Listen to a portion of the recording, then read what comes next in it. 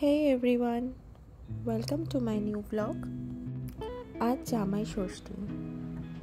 প্রবাসে এটা আমাদের প্রথম জামাই ষষ্ঠী এবং আমার বরের জীবনেও পালন করা প্রথম জামাই ষষ্ঠী।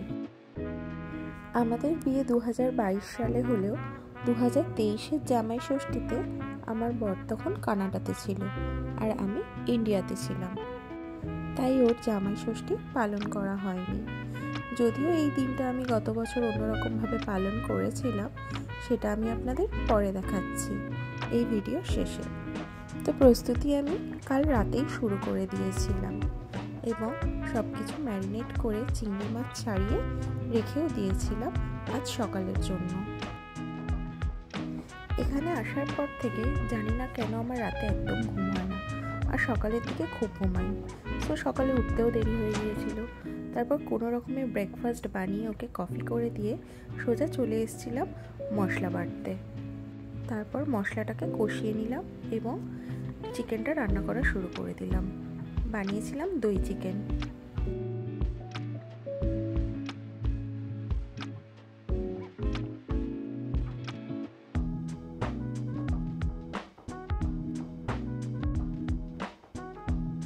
চিকেনটা করতে করতে আমি এদিকে একটা কড়াইয়ে চিংড়ি মাছগুলো ভেজে নিচ্ছিলাম। এই কড়াইয়ের পাতটা যেহেতু ছোট, তাই চিংড়ি মাছ অল্প করে ভেজে অল্প করে তুলে রাখছিলাম। আর এদিকে আমার চিকেনটাও অলমোস্ট হয়ে এসছে। চিকেনটাকে নামিয়ে এবার আমি এই কড়াইতেই চিংড়ি মাছের মালাইকারিটা বানিয়ে ফেলবো। এবার আমি এখানে বিরিয়ানির জন্য আলুগুলোকে রেডি করে নিচ্ছিলাম আর এদিকে চিংড়ি মাছের মালাইকারিটাও আমার অলমোস্ট হয়ে এসছে। আমি কিন্তু এই প্রথমবার চিংড়ি মাছের মালাইকারি রান্না করছি। এরপর আমি এখানে বিরিয়ানিটাতেও সব মিশিয়ে রেডি করে নিচ্ছিলাম দমে বসানোর জন্য। আমরা দুজনেই একটু স্পাইসি বিরিয়ানি পছন্দ করি। আর এই যে দেখো, এখানে আরেকজন চলে এসছে অফিসের কাজ করতে করতে আমাকে নাকি হেল্প করতে।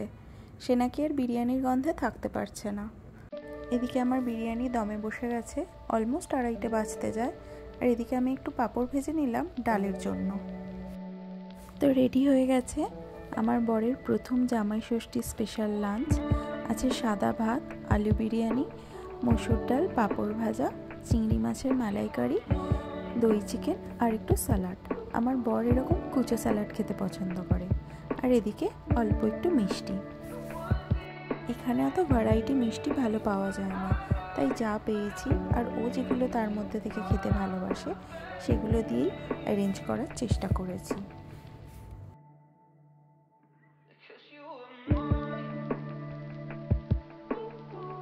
এই ছিল আমার এই বছরের জামাই ষষ্ঠীর মেনু।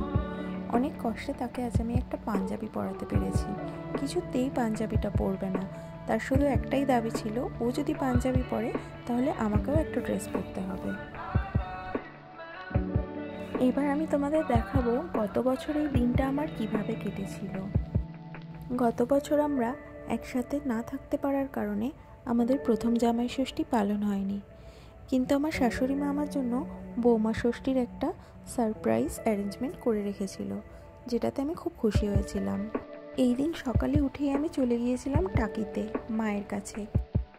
প্রতি বছর মা সকালে স্নান করে উঠে আমাকে আর ভাইকে পাখার বাতাস দেয় এবং বিভিন্ন ফল দেয়, যেটা আমি এবার মিস করে গেছি। এরপর আমি চলে এসেছিলাম শ্বশুর বাড়িতে। এসে আমি পুরো সারপ্রাইজড হয়ে গিয়েছিলাম, কারণ আমি এসবের কিছুই জানতাম না যে ওরা এত কিছু অ্যারেঞ্জ করেছে। আফটার লাঞ্চ আমরা সবাই মিলে খুব মজা করছিলাম। এই দেখো, সবাই মুখে ফেস প্যাক মেখে ভূত হয়ে বসেছিলাম। তারপর সন্ধেবেলা আরও সারপ্রাইজড হয়েছিলাম যখন সীমাদি এই কেক এনেছিল কেক কাটিংয়ের জন্য। আর এটাকে দেখো, এ তো আমার থেকেও বেশি খুশি। আর এই যে ইনি আমার শাশুড়ি মা। এই সব কিছু অ্যারেঞ্জমেন্টের পিছনে এই একটাই মানুষ। আমি কলকাতায় থাকতে কোনোদিন আমার বরের অভাব বুঝিনি এই মানুষটারই জন্য। আমি যখন যা বলেছি তাই করেছে। যখন যেখানে সিনেমা দেখতে যাব বলেছি আমার সাথে সেখানে গেছে। যতবার আমি পাহাড় যেতে চেয়েছি আমার সাথে পাহাড়ে গেছে এবং নিজে না যেতে পারলেও আমাকে যেতে দিয়েছে। এখনই বরং আমি কোথাও ঘুরতে গেলে সবথেকে বেশি আমার শাশুড়ি মাকেই মিস করি। এটা সীমাদি। এই মানুষটা আমাকে অনেক ভালোবাসে। এই মানুষটাকে নিয়ে বলতে শুরু করলে আজ আর এই ভিডিওটা শেষ হবে না, তাই সীমাদিকে নিয়ে পরে একদিন অন্য ভিডিওতে গল্প করব। এই আমার দুই পিসি শাশুড়ি আর এই দুই পিসে মশাইরা। পিসে মশাই হলেও আমি কিন্তু এদের দাদা বলেই সম্বোধন করি। আর এই হলো আমার মেমু বাচ্চা। মেমু বাচ্চা হচ্ছে সীমাদির মেয়ে। তো এই ছিল আমাদের সন্ধেবেলার কেক কাটিংয়ের মুহূর্ত। এরপর আমরা সবাই মিলে একটু ফটোশ্যুট করে নিচ্ছিলাম, যেগুলো আমার কাছে এখন সব memories. I miss Kolkata, I miss every people of Kolkata, I miss my বাড়ি, আই মিস এভরিথিং। তো আজকের মতো আমি ব্লগটা এখানেই শেষ করলাম।